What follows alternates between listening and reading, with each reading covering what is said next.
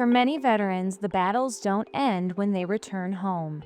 Invisible wounds like post-traumatic stress, depression, and traumatic brain injury can linger for years and often go untreated even though their impact is profound.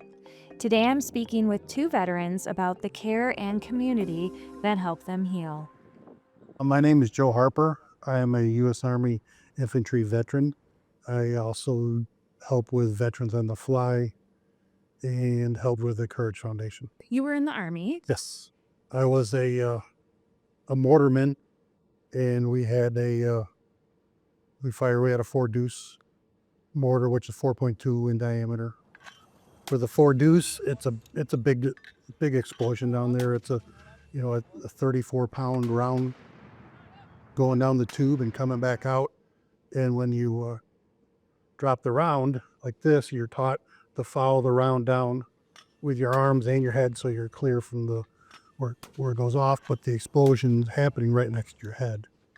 Um, but almost 5 years was time to get out. If infantry is a hard life. I did my time. I did what a lot of veterans do. They get out. Um, I met my lovely wife, got a good union job, had a had a family of three awesome boys. Everything seemed to be going great for 20 years. But then start realizing things. Start having memory issues. I would forget guys that I would been working with for 25 years. I would forget their names, and I would just talk to them an hour before, and I remembered their names. There's a lot of short-term memory issues I was having. I had a friend one time. He was an Iraqi veteran, also a mortarman, so we sort of connected. And one day he came up to me, he goes, "Dude, you got TBI." I said, "What do I got traumatic brain injury from? I didn't go to war. I didn't get blown up." He goes, "There's okay, but you got it." Because one thing he did a little research, and it come to find out that those rounds that I was dropping in the Army actually were like concussions. Every time the round go off, it was a concussion. And, when you're dropping 30, 40, 60, 80 rounds a day, that's a lot of concussions in one day. Did you ever get checked for concussion protocol or anything like that when you were still in service? No, it was the 90s. Concussions were nothing. Just work through it. People started worrying about them because of the football players. Mm-hmm. That really shed a light on what concussions are about. And with the football players, their concussions were collisions. You hit something, your brain hits inside of your skull, and it causes damage. Where blast injuries is the blast wave goes through and rattles the brain. So that's a different type of damage, Mm-hmm. but still damage. In those 20 years, looking back on it now, were there symptoms that you now realize you had? Oh yeah, brain fog was definitely one of them. Balance. I really noticed my balance, especially, I'm like to being outdoors. I struggle in a canoe because of balance. I thought I was just getting old, but it wasn't. It was a TBI. So then I read one time where, fly fishing can help veterans and stuff like that. So went and bought a cheap outfit and went and tried it. I found an organization in Madison, Wisconsin called Veterans on the Fly. I don't know these guys, but I'm going to go try it.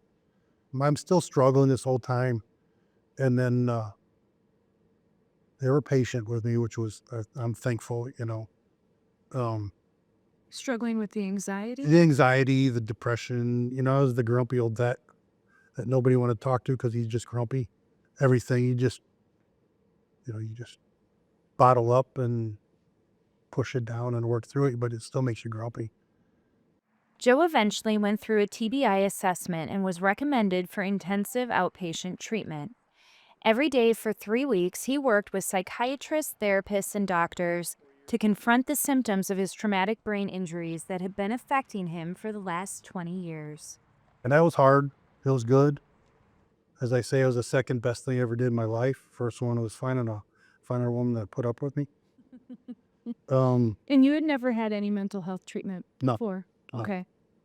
Um, So this was really the first time you were acknowledging that you really were struggling with depression. yes, It's diagnosed, and you're getting help. yes. After completing the 3 weeks of intensive treatment, Joe connected with a fellow veteran through the Courage Foundation to continue working on his symptoms. My name is Dave Weber. I'm a Navy veteran, and I currently work for a nonprofit called the Courage Foundation. And we help veterans with one-on-one peer coaching, peer support. And we help veterans they're struggling with post-traumatic stress and some TBIs and mental health stuff like depression. When you were working with the veterans, what do you see as far as their symptoms of PTSD? They'll struggle with being isolating themselves. Another thing is being hyper vigilant. So in the military, depending on their job, a lot of times their survival is dependent on being hyper vigilant, noticing subtleties in a situation where something just moved or somebody's coming up behind me. And then that same vigilance that saved them in the military, now you're in the grocery store and you're still hyper vigilant. You notice somebody move fast behind you or something's happening ahead of you, and all of a sudden the mind just starts racing. And so this avalanche of emotion, they can't handle it and have to leave their groceries in the store and just leave or do or say something they regret. And so focusing on that is something that I really like to zero in on. It's helping them recognize what calm feels like before, so that when they notice the tension coming on, when they notice they're becoming hypervigilant, having skills to be able to get themselves calm before it becomes an avalanche of emotion. So I would say isolation, hypervigilance is one. Another one is just adjusting to this new body, an injured body. What can I do now? Another one is regret. It's like there's a lot of people that wish they had done something else or tried for a program and didn't get into it, or had so much identity wrapped up in that particular position and rank and everything else, and now they don't have that. And what do you do?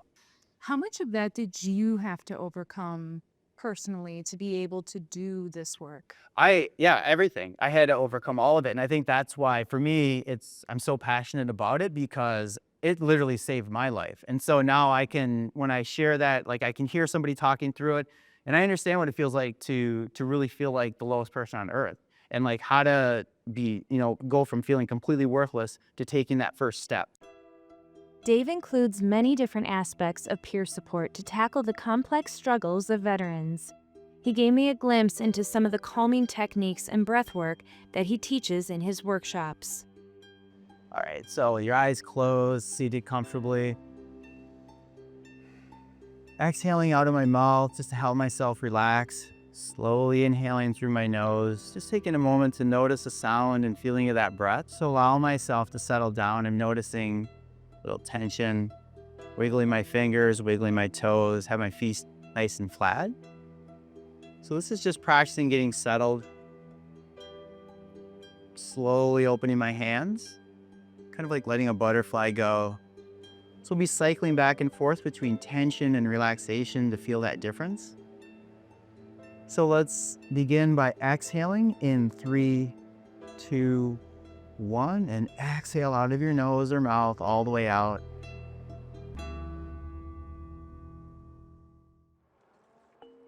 What message would you have to any vets that are early in their journey of healing? I know a lot of vets, a lot of men think, going for treatment shows weakness. It don't. It actually shows strength. It's just you recognizing that, hey, I got something wrong with me. Let's go get it fixed.